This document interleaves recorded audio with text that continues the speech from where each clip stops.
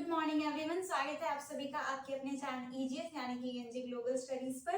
मेरा नाम है सोनाली सिंह और आज की क्लास में हम सीखने जा रहे हैं something very important and very interesting. आप इंग्लिश बोलना चाहते हैं पर इंग्लिश बोलने से शर्माते हैं, घबराते हैं, कतराते हैं, तो अब इन सब की कोई भी जरूरत नहीं है, क्योंकि in today's class I am going to give you some important tips and some important tricks जिसका यूज करके आप फ्लुएंटली इंग्लिश बोलना सीख पाएंगे। Are you ready? तो अगर आपने अभी तक चैनल को सब्सक्राइब नहीं किया है तो चैनल को सब्सक्राइब कर लेंगे, वीडियो को लाइक कर देंगे और फटाफट से चैनल के लिंक को शेयर कर देंगे। जल्दी जल्दी से आप लोग शेयर कर दीजिए और चैनल को सब्सक्राइब कर दीजिए। तो आइए हम शुरू करते हैं अपने ईडियम्स की क्लास को। ईडियम का मतलब होता है मुहावरा। आपने नेटिव स्पीकर को बात बातों में ही ईडियम का यूज करते हुए देखा होगा और आप भी जब कभी किसी से बात करते होंगे तो मुहावरों का यूज करते होंगे हिंदी में। और होता ये है कि ईडियम के थ्रू आप अपने अंदर के विचारों को बहुत ही आराम से एक सेंटेंस में दूसरे आदमी को समझा सकते हैं। मतलब कि बात का बात भी बोल दिया और उतना सारा लाइन बोलना भी नहीं पड़ा, है ना।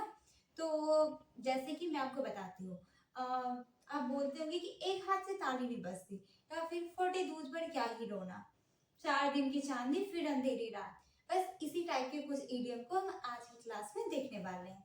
चलिए शुरू करते हैं।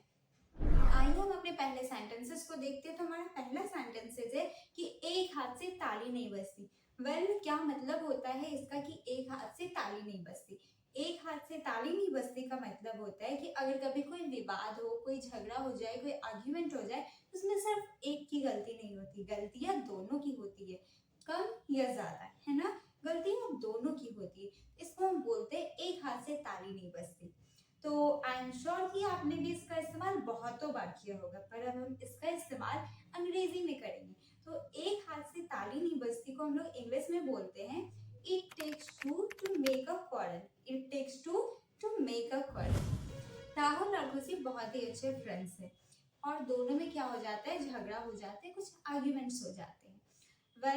दो इंडिविजुअल बॉडी है, दोनों के विचार अलग अलग होते हैं और कहीं ना कहीं विचारों की भिन्नता की वजह से आर्ग्यूमेंट्स होना तय होता है, क्योंकि विचार अलग अलग है, थॉट्स अलग अलग है और आगे चल के कहीं ना कहीं टकराव हो जाते हैं। तो इट्स अ कॉमन थिंग।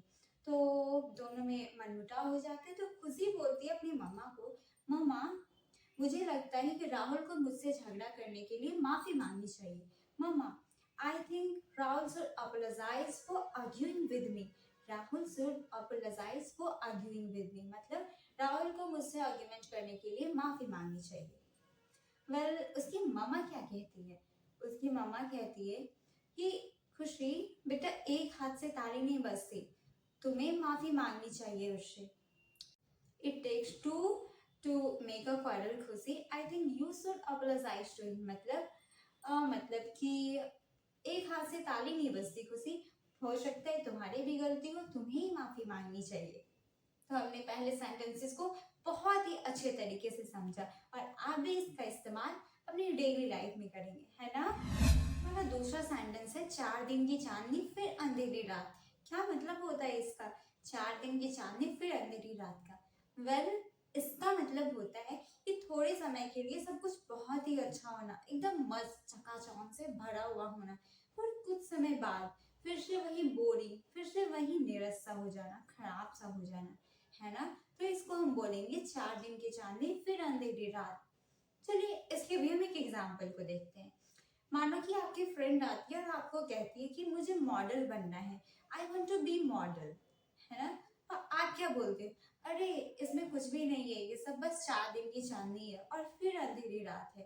तो इसको हम बोलेंगे oh it's just a 9 days wonder। It's just a 9 days wonder। तो 4 दिन की चांदनी और फिर अंधेरी रात का इंग्लिश होता है it's just a 9 days wonder और 9 days wonder। बस फर्क इतना है कि यहाँ 9 days है, यहाँ 9 दिन की चांदनी है। हमारा नेक्स्ट सेंटेंस है to cry over spilt milk. To cry over spilt milk. मानो कि मम्मी ने आपको दूध उबालने को दिया, है ना, और आप उसी बीच क्या करने लगे, मोबाइल चलाने लगे, और फिर क्या हुआ कि अचानक से दूध उबल करके गिर गया, सावधानी हटी और दुर्घटना घटी। इसको हम लोग बोलते हैं टू क्राई ओवर फटे दूध पर क्या ही रोना, अर्थात कि मानो कुछ ऐसा घट गया जो नहीं होना चाहिए था और फिर आप उस पर क्या कर रहे हैं, पछतावा कर रहे हैं। तो हम लोग इसको बोल सकते हैं यार जो बस होने दो, फटे दूध पर क्या ही रोना, to cry over spilled milk.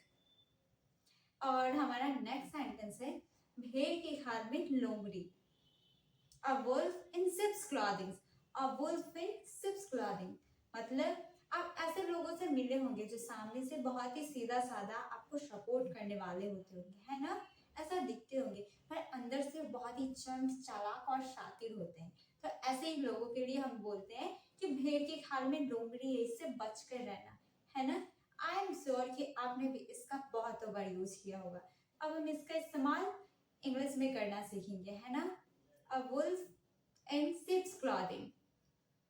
अगर आपको कहना होगा कि उस पर विश्वास मत करना, वह भेड़ की खाल में लोमड़ी है, आप क्या कहेंगे इंग्लिश में? Don't trust her. She just a wolf in a sheep's clothing. Don't trust her. She just a wolf in a sheep's clothing. वह भेड़ की खाल में लोमड़ी है, उस पर विश्वास मत करना। Next sentence is come what में। कम व्हाट में का मतलब होता है कुछ भी हो जाए। अगर आपको कहना कुछ भी हो जाए मैं तो ये काम कर कर ही रहूंगा, कुछ भी हो जाए मैं ये मैच जीत कर ही रहूंगा। कम व्हाट में I'll win this match. Come what में I have to win this match. कुछ भी हो जाए मैं एग्जाम पास कर कर रहूंगा। कम व्हाट में I'll pass this exam. I'll pass this exam. And next sentence है गो द एक्स्ट्रा माइल्स। अगर कोई कभी आपको कहे गो द एक्स्ट्रा माइल्स, तो इसका मतलब ये नहीं कि आप 1 मील और चलने लगना। इसका मतलब होता है put in the additional effort, आपको कुछ और मेहनत करने की जरूरत है।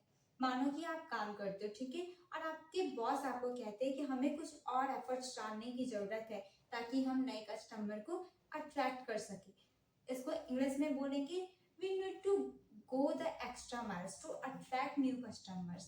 We need to go the extra miles to attract new customers. और जो लास्ट वन है वो मेरा बहुत ही ज्यादा फेवरेट है, सुनना चाहोगे?